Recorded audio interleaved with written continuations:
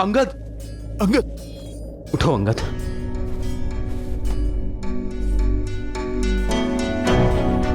अंगद, तुम ठीक हो ना? मैं ठीक हूं हनुमान काका। मुझे क्षमा कीजिए प्रभु, मैंने आपको निराश किया। मैं इतने प्रयासों के बाद भी उसे हरा नहीं पाया। ऐसा लग रहा था मानो मैं वज्र की मूर्ति के साथ लड़ रहा हूं।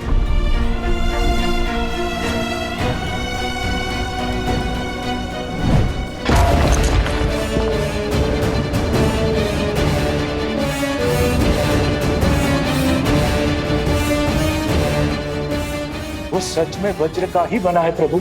नहीं अंगद, वो हमारे ही भांति हार्ड मास से बना है। हमें केवल उसके वज्र कवच को तोड़ने का मार्ग खोजना होगा। आप उचित कह रहे हैं प्रभु। अथाह बल के साथ तनिक निर्बलता भी आती है।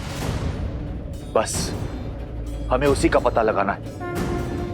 यदि वज्र सा शरीर उसका बल है, तो प्रभु श्री राम की भक्ति मेरी शक्ति है। प्रभु, आप मुझे आज्ञा दीजिए। उसका और उसके अहंकार का अंत आपका ये सेवक करेगा। नहीं हनुमान, जिसने युद्ध का आरंभ किया है, अंत भी वही करेगा। जाओ अंगद। अंगद हमारा सेनापति है। हमारी सेना ने उसे गिरते हुए देखा है, और युद्ध में जब सेनापति गिरता है तो सेना का मनोबल गिरता है। अब अंगद का विजय होना अति आवश्यक है, ताकि सेना अपना उत्साह ना खोए। सेना का विश्वास, उनकी आस अब तुम हो अंगद। किष्किंधा के भावी महाराजा हो तो अपने सेना के विश्वास को और सुदृढ़ करो। जिसे यह संसार अजय मानता है, उसे हराओ। हम पर मंडराती मृत्यु का काल बनो। भैया का कथन सर्वथा उचित है अंगद। वानर वीरों को ज्ञात होना चाहिए कि उनके भावी महाराज उन्हें हर संकट से बचाने में सक्षम है, और वो तुम हो।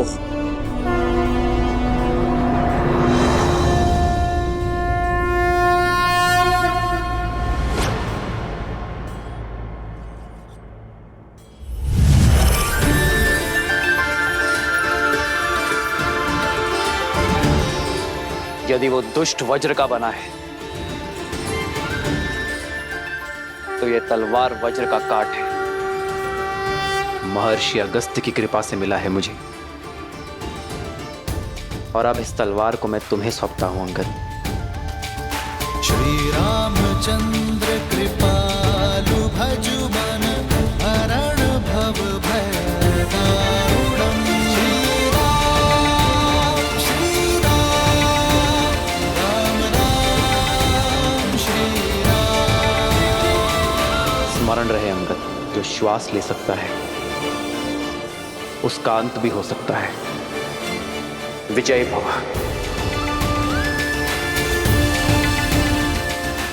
जब मुझे स्वयं पर विश्वास नहीं था, तब मुझ पर विश्वास दिखाने के लिए धन्यवाद प्रभु।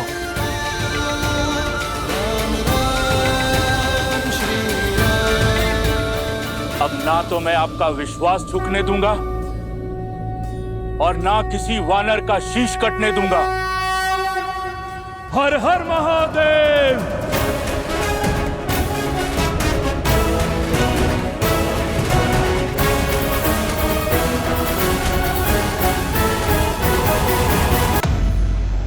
देखो देखो इस मूर्ख को कैसे मृत्यु से आलिंगन करने चलाया। विश्वास नहीं हो रहा। ये वही है ना जिसका पग भी नहीं हिला पाया था कोई? महाराज, मेरा अर्थ है कि जिसका पग कोई हिला नहीं पाया, वो अपने पग पर खड़ा नहीं हो पाएगा महाराज।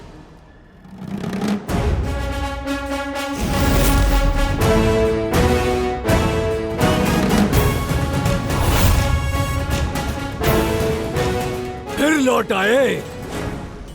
अभी भी प्राण शेष है तुम्हारे वानर? आओ इन्हें भी हर लेता हूँ। हारूंगा तो मैं तुम्हारे प्राण दुष्ट।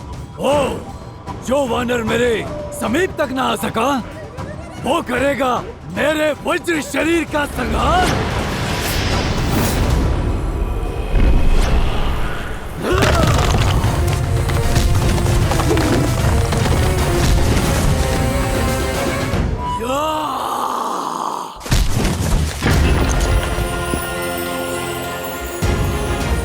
अंगद, कर दो इसके आतंक और अहंकार का संहार।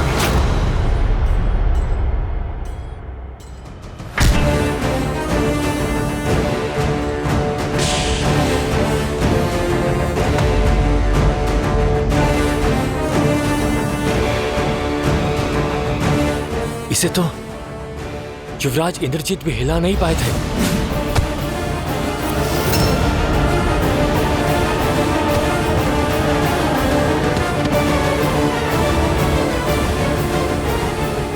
सही कहा तुमने, ये वही अंगद है जिसे मार मार कर मेरे इंद्रजीत ने मृत्यु के द्वार तक पहुंचा दिया था। आज एक बार फिर ये अपने पैरों पर खड़ा नहीं हो पाएगा।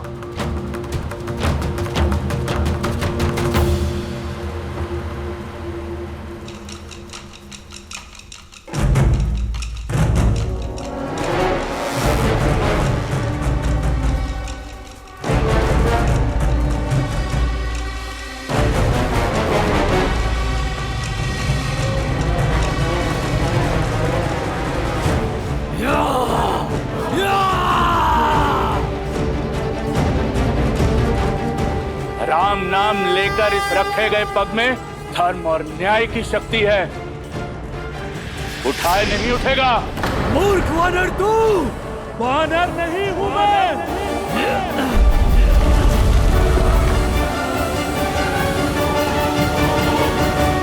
विष्णु रूपी भगवान प्रभु श्री राम का सैनिक हूं मैं।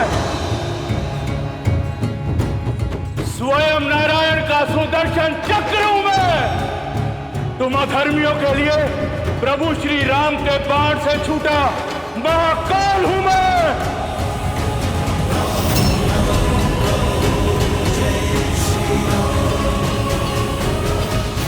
वज्र का इस युद्ध में कुछ समय और टिके रहना अति आवश्यक है।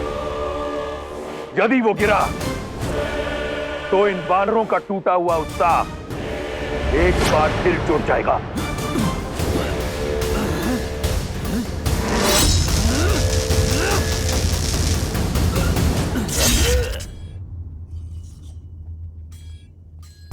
स्मरण रहे अंगद, जो श्वास ले सकता है उसका अंत भी हो सकता है। अथाह बल के साथ तनिक निर्बलता भी आती है। बस हमें उसी का पता लगाना है।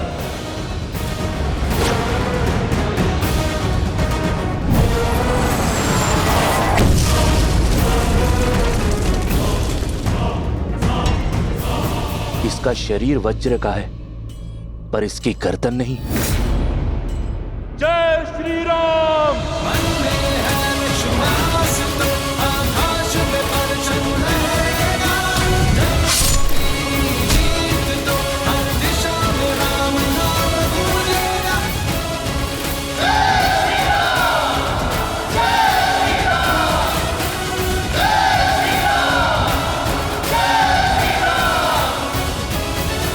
जय श्री राम। जय श्री राम। बृहस्पति, कहां तक पहुंचा वो आधे से अधिक मार्ग तक पहुंच चुके होंगे।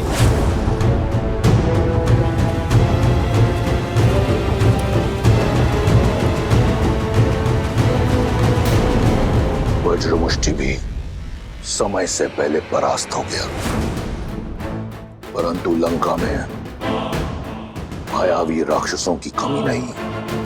कंपन का युद्ध भूमि में उतरने का समय आ गया है।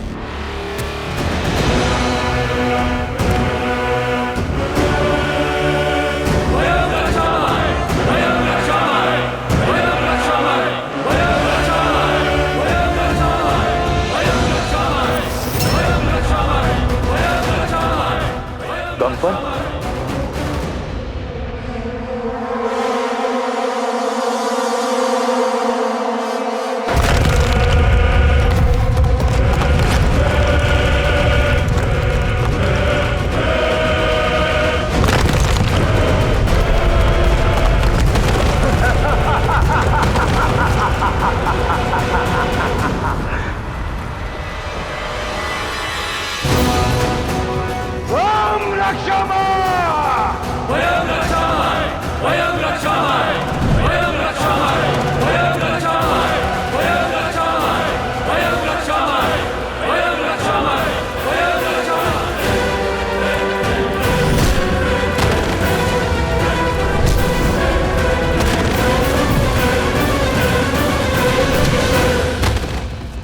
हनुमान, इससे पहले कि ये दुष्ट हमारे वीरों का और अनिष्ट करे, तुम्हें इसे रोकना होगा। आज्ञा का पालन होगा प्रभु।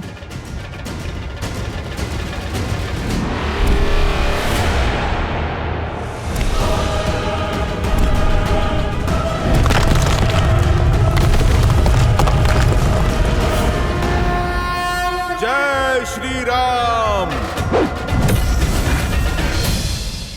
बस कुछ ही क्षण की प्रतीक्षा और, जिसके उपरांत प्रहस्त अपनी सेना सहित उस वनवासी और उसके मरकटों पर काल बनकर टूटेगा और संहार कर देगा उनका। प्रभु, किस दुविधा में हैं आप? विचार कर रहा हो कि रावण की रणनीति क्या है। यदि वो चाहता तो सबको एक साथ भेजकर यहां शवों का ढेर बिछा सकता था। लगता है ये समय काटने का प्रयास कर रहा है।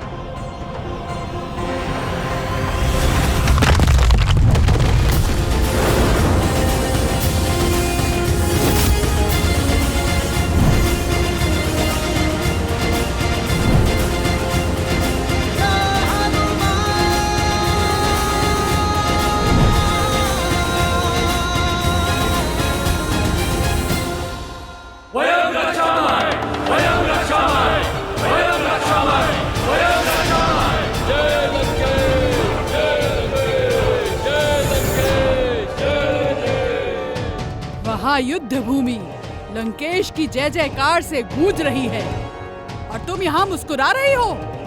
तुम्हारे राक्षस राज का जयकारा तो कभी कभी सुनने को मिलता है, अन्यथा युद्ध भूमि तो मेरे श्री राम के नाद से ही गूंजती। इस बार तुम्हारे राम की जय जयकार नहीं, चीत्कार सुनाई देगी।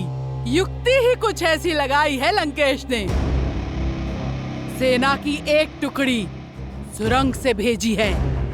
तुम्हारा राम और उसकी सेना दोनों ओर से राक्षसों के बीच ऐसे पिस जाएंगे जैसे चक्की के दो पाटों के बीच गेहूं पिस जाता है।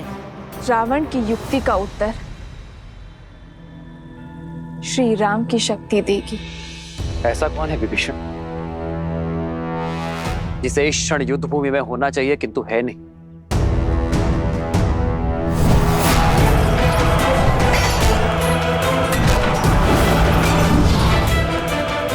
प्रहस्त दशानन का रणनीतिकार। प्रभु, बहुत दिनों से युद्ध भूमि में दिख नहीं रहा है वो। इतना भी घायल नहीं था कि उसे विश्राम करना पड़े। रावण का रणनीतिकार सेनापति प्रहस्त अपनी अनुपस्थिति में योद्धा भेज रहा है, अर्थात हमारा ध्यान भटकाने का प्रयास कर रहा है। लक्ष्मण, ऐसे स्थान पर ध्यान रखो जहां किसी का ध्यान ना। समझ गए ना? तुम नील और अन्य वीरों के साथ युद्ध भूमि के पृष्ठभाग पर पहुंचो। जो आज्ञा भैया। ये युद्ध है, महायुद्ध है, राम शांत रावण क्रुद्ध है। शेर, आओ मेरे साथ। प्रतीत होता है राम को हमारी युक्ति की भनक लग गई है।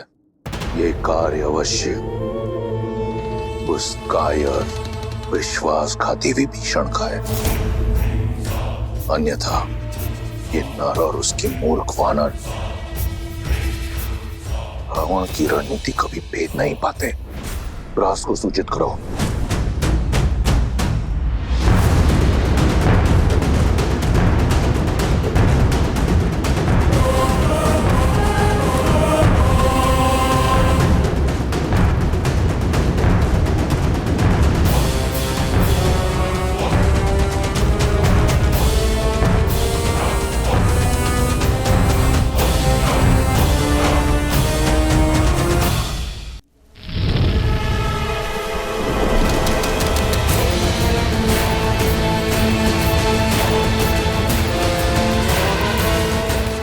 निश्चिंत रहिए महाराज, ये लोग सेना के पृष्ठभाग तक पहुंचे उसके पूर्व ही सेनापति प्रहस्त धावा बोल देंगे। बस तब तक कंपन लंका को भस्म करने वाले उस वीर हनुमान को रोक के रख ले। महाराज मेरा तात्पर्य था कि जिस वानर ने अपनी पूंछ से सारी लंका जलाई थी, कंपन अपने प्रताप से उसका अस्तित्व ही जलाकर भस्म कर देगा। महाराज ये तुम्हारी अंतिम चेतावनी है शार्दुल। तुम किसके समक्ष खड़े हो स्मरण रहे। क्षमा महाराज।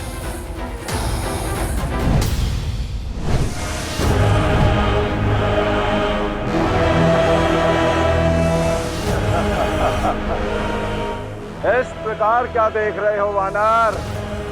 मुझे ऐसा प्रतीत होता है कि इस प्रकार की गदा तुमने अपने जीवन में प्रथम बार देखी है। ऐसी तो ना जाने कितनी गदाएं चकनाचूर की है इन हाथों ने।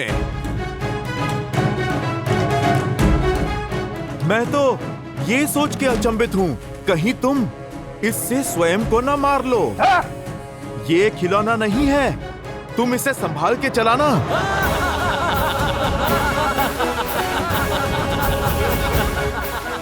दंड वानर, कदाचित तुम्हें ये स्मरण नहीं है कि तुम जिसका उपहास उड़ा रहे हो, तुम क्षण भर भी उसका सामना नहीं कर सकते। देखो कैसे क्षण भर में मैं तुम्हें इसी रणभूमि में धरती में धसाता हूँ। तुमने जिस पूंछ से लंका में आग लगाई थी, देखो किस प्रकार मैं उसे तुमसे अलग करके लंका के ध्वज के नीचे लटकाऊंगा। केवल पूंछ जलाने से क्या होगा? तुम पूरा राम भक्ति ले जाओ। कदाचित तब ये अधर्म की लंका धर्म के बोल बोलेगी।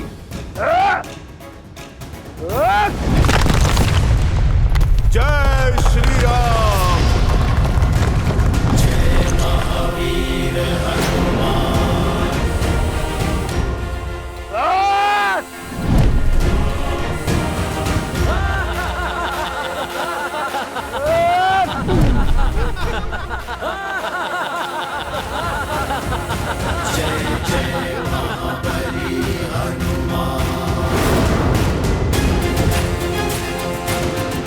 कंपन, इस बार ये भूमि नहीं, तुम्हारा विश्वास कांपा है। धूर्त वानर, लगता है तू इस प्रकार नहीं मानेगा। तैयार हो जा, और अगर तू झेल सकता है तो झेल मेरा ये प्रहार।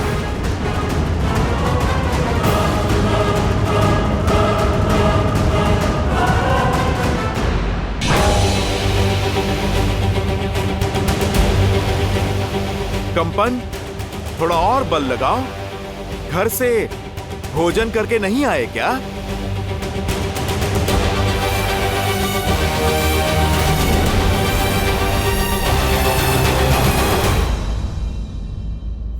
बहुत हुआ तुम्हारा खेल, मेरी आवश्यकता और कहीं है।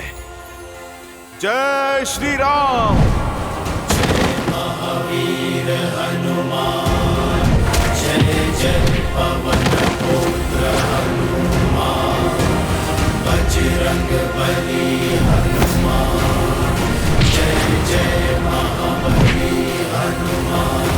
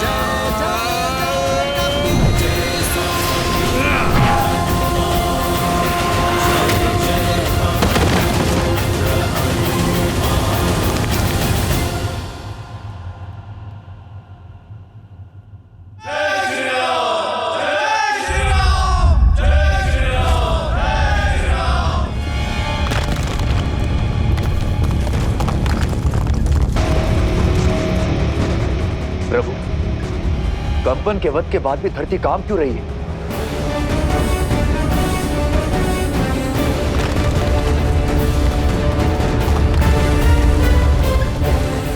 लक्ष्मण और नील शिविर के अंत तक पहुंच गए होंगे, कदाचित किसी पाश में ना फंस रहे हों।